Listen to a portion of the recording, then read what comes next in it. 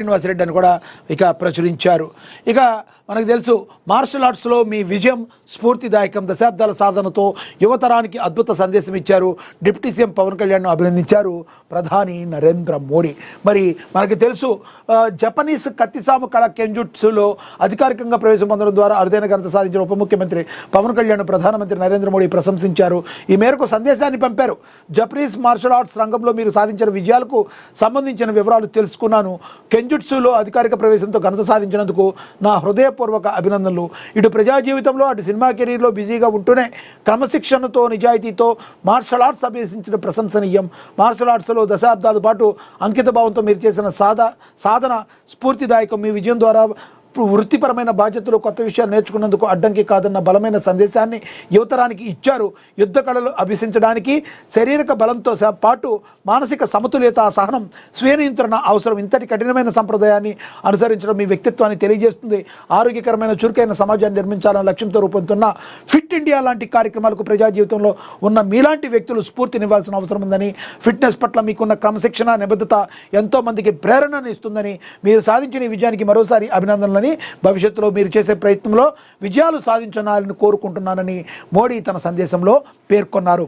మనందరికీ తెలుసు నరేంద్ర మోడీ భారతదేశం ఒక ప్రధానిగా కాకుండా ఎవరైతే మంచి పనులు చేస్తారో ఎప్పటికప్పుడు వాడిని అప్రిషియేట్ చేస్తూ ఉంటారు. మరి పవన్ కళ్యాణ్ని ఆయన ఎలా చూస్తున్నారంటే 100% నేటి యువతరం ఎవరైతే ఉన్నారో మరి శారీరక దృఢత్వం అనేది, యంగ్ ఇండియా అనేది చాలా ఇంపార్టెంట్. ఈ యంగ్ ఇండియాకి మీలాంటి వ్యక్తి స్ఫూర్తిగా ఉంటారు. ఓ పక్కన మీరు ప్రజా జీవితంలో ప్రజాసేవ చేస్తున్నారు, మరోపక్క మీ వృత్తిపరమైన సినిమాలు చేస్తున్నారు, మరోపక్క దేశంలోని యువతకి శారీరక దృఢత్వం గురించి చెప్తూ ఎంతోమందికి స్ఫూర్తినిస్తున్నారు. కాబట్టి మీరు ఎంతోమందికి స్ఫూర్తిగా ఉంటారు. మిమ్మల్ని నేను అభినందించకుండా ఉండలేను అని చెప్పి నరేంద్ర మోడీ జనసేన అధినేత పవన్ కళ్యాణ్ని మరి ఆయనకి సందేశం పంపడం అయితే జరిగిందని కూడా ప్రచురించారు. ఇక తదుపరి చూద్దాం.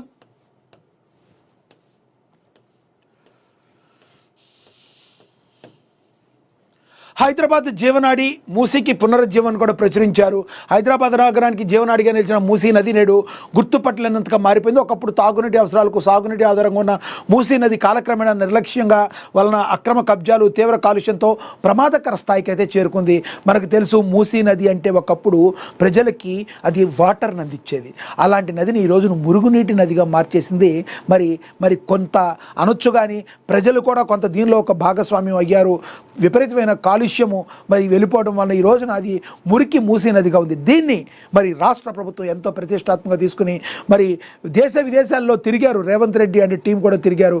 ఏ రకంగా ఈ మూసీ నదిని మళ్ళీ ప్రజలకు ఉపయోగపడేటట్టు, కనీసం సాగునీటికైనా ఉపయోగపడేటట్టు ఏ రకంగా చేయాలన్న దానిపై మరి అనేక చోట్ల ఎక్కడైతే అంతకుముందు నదులను ఏదైతే వాటిని బాగు చేశారో, క్లియర్ చేశారో వాటిలన్నిటికి మీద స్టడీ చేసి వచ్చారు. రానున్న రోజుల్లో మూసీ నది వాటర్ను కూడా వాడుకునే విధంగా, కనీసం మొక్కలకైనా వాడే విధంగా ముందుకు తీసుకువెళ్ళడానికి తమదైన శైలిలో ముందుకు వెళ్తుంది రేవంత్ ప్రభుత్వం. చూద్దాం రానున్న రోజుల్లో మూసీ నది ఏ రకంగా ఉండబోతుంది అనేది. గ్రేటర్ హైదరాబాద్లో దాదాపుగా 70 కిలోమీటర్ల మేర ప్రవహించడమే మూసీ నది. నగర ఆధునీకరణ పేరుతో తీవ్ర కబ్జాలకు గురై పారిశ్రామిక వ్యర్థాలతో కలుషితమై ప్రపంచంలోనే అత్యంత కలుషితమైన నదుల్లో 22వ స్థానాన్ని సంపాదించుకోవడం దురదృష్టకరం. నగర శివారులతో పాటు నల్గొండ జిల్లాలో ప్రవేశించే సమయానికి మూసీ నది నీరు గ్రామీణ ప్రజల జీవనానికి ముప్పుగా మారుతుంది. మూసీ సుందరీకరణ ప్రక్షాళన ప్రయత్నాలు నిజాం కాలం నుంచే ప్రారంభమయ్యాయి. చివరి నిజాం పాలనలోనే మూసీ పరివారక ప్రాంతాల్లో 14 పార్కులు నిర్మించారు. 2014 తర్వాత బీఆర్ఎస్ ప్రభుత్వం Musi river front development corporation ఏర్పాటు చేసి భారీ అంచనాలు రూపొందించిన నిర్వహణలో లోపాలు, రాజకీయ నిర్లక్ష్యంతో ప్రక్షాళన అయితే చేయడం అయితే కుదరలేదు. ఇక రేవంత్ రెడ్డి తెలంగాణ నేతృత్వంలోని ప్రజాప్రభుత్వం అధికారంలోకి వచ్చాక మూసీ ప్రక్షాళనకు వేగంగా ప్రణాళికలు రూపుదిద్దుకున్నాయి. బడ్జెట్లో 2025-26 ఆర్థిక సంవత్సరానికి దాదాపు 1500 కోట్ల రూపాయలు కేటాయించడం కాకుండా మొదటి దశలో ఉస్మాన్ సాగర్, హిమాయత్ సాగర్ నుంచి బౌఘాట్ వరకు 24 కిలోమీటర్ల మేర గాంధీ సరోవర్ పేరుతో అభివృద్ధి పనులు ప్రారంభించేందుకు ప్రభుత్వం సిద్ధమవుతుందని కూడా ప్రచురించారు. ఇక ప్రపంచ నదుల దినోత్సవం నాటికి మూసీ ప్రక్షాళన గాడిలో పడితే ప్రజల్లో ఆశలు రెట్టింపవుతాయి. లండన్, థేమ్స్, సియోల్, చియోంగోజియాన్ నదుల్లో మూసీ కూడా పునరుజ్జీవం పొందగలదనే నమ్మకం ఉంది. రాజకీయాలకు అతీతంగా అన్ని పార్టీల సహకారంతో మూసీ పునరుద్ధీకరణ జరిగితే అది హైదరాబాద్ భవిష్యత్తుకు శాశ్వతంగా మరి వరంగా మారే అవకాశం ఉందని కూడా ప్రచురించారు. దీనికి ప్రభుత్వం ఏ విధంగా మూసీ నదిని మరి ఏ విధంగా మంచి చేయాలని చూస్తుందో మరి ప్రజలు కూడా అంతే బాధ్యతగా ఉండాలి. మూసీ సుందరీకరణ, మూసీ నదే కాదు ఎక్కడైనా కూడా కాలుష్యానికి కారకులు ప్రజలే. మరి మీరు చేస్తున్న చిన్న చిన్న పొరపాట్లు ఏదైతే ఉన్నాయో వాటిని జాగ్రత్తగా చేయకుండా ఉండడానికి ముందు మనలో మార్పు ఒక్కొక్కటికి వస్తే అది పర్యావరణానికి కావచ్చు, ప్రపంచానికి కావచ్చు, మరి మన నగరానికి, తర్వాత రాష్ట్రానికి, తర్వాత దేశానికి, ప్రపంచానికి అదొక మేలు చేకూర్చే అవకాశం అయితే కనబడుతుంది. ప్రజల్లో కూడా మార్పు రావాలి. కాలుష్యం బారిన పడకుండా ఉండడానికి కంపల్సరీ ప్రతి వాళ్ళు వ్యక్తిగత బాధ్యతగా మొక్కలు నాటాలి. అదేవిధంగా కాలుష్యం ఏ రకంగా నివారించవచ్చో ఆ రకంగా నివారించి ముందుకు వెళితే అందరం కలిసి చెయ్యి కలిపి ప్రజలు కావచ్చు, రాజకీయ పార్టీలు కావచ్చు, ఇక్కడ రాష్ట్రాన్ని బాగు చేసుకునే విషయంలో రాజకీయాలు చేయకూడదు. అధికార ప్రతిపక్షాలన్నీ కూడా చేతులు కలిపినట్లయితే రానున్న రోజుల్లో మూసీని మంచిగా చూసుకుని సుందరీకరించుకుని ఆ నీటిని మన ప్రజలకు ఉపయోగపడేటట్టు మళ్లించుకోగలిగితే మాత్రం హైదరాబాద్కి ఇది పెద్దగా వరంగా మారబోతుందని చెప్పి ఇందులో ఆర్టికల్ అయితే రాశారు. మరి మీరు దీన్ని ఇంకా కూలంకషంగా చదవాలనుకున్నా, ఏమైనా చేయాలనుకున్నా మహాదినపత్రికను మీరు డైలీ కూడా చదవండి. ఏదైతే తెలుగు రాష్ట్రాల్లో మరి మహాదినపత్రిక అప్రతిహాసంగా ముందుకు దూసుకుపోతూ వెళుతుంది.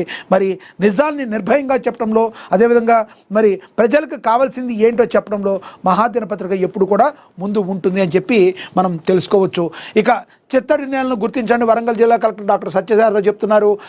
అమ్మవారి పేరిట శ్రీయం సమ్మక్క సారలమ్మ జాతరపై సమీక్ష, వివిధ శాఖల అధికారుల సమన్వయంతో పనిచేయాలి వర్ధనపేట ఎమ్మెల్యే కేఆర్ నాగరాజు చెప్పారని ప్రచురించారు. ఇక బీఆర్ఎస్ బీజేపీని చిత్తుగా ఓడిస్తామని Congress party Karimnagar assembly in charge Velichala Rajender తెలిపారు. ఈ మహాపత్రిక సమస్యల నిరంతర పోరాటం ఎమ్మెల్సీ బసవరాజు సారయ్య 2026 మహాపత్రిక క్యాలెండర్ను ఆవిష్కరించారు. అదేవిధంగా ప్రజా సమస్యల పరిష్కారానికి ఎల్లప్పుడూ కృషి చేస్తానని భోగి సంక్రాంతి పండుగ శుభాకాంక్షలు రాష్ట్ర అటవీ దేవాదాయ ధర్మాదాయ శాఖ మంత్రి కొండా సురేఖ చెప్పడం అయితే జరిగింది. ఇక మనకు తెలుసు పత్రికల్లో ఏవేవైతే ఇంపార్టెంట్ న్యూస్ ఏవైతే ఉన్న వాటిని మనం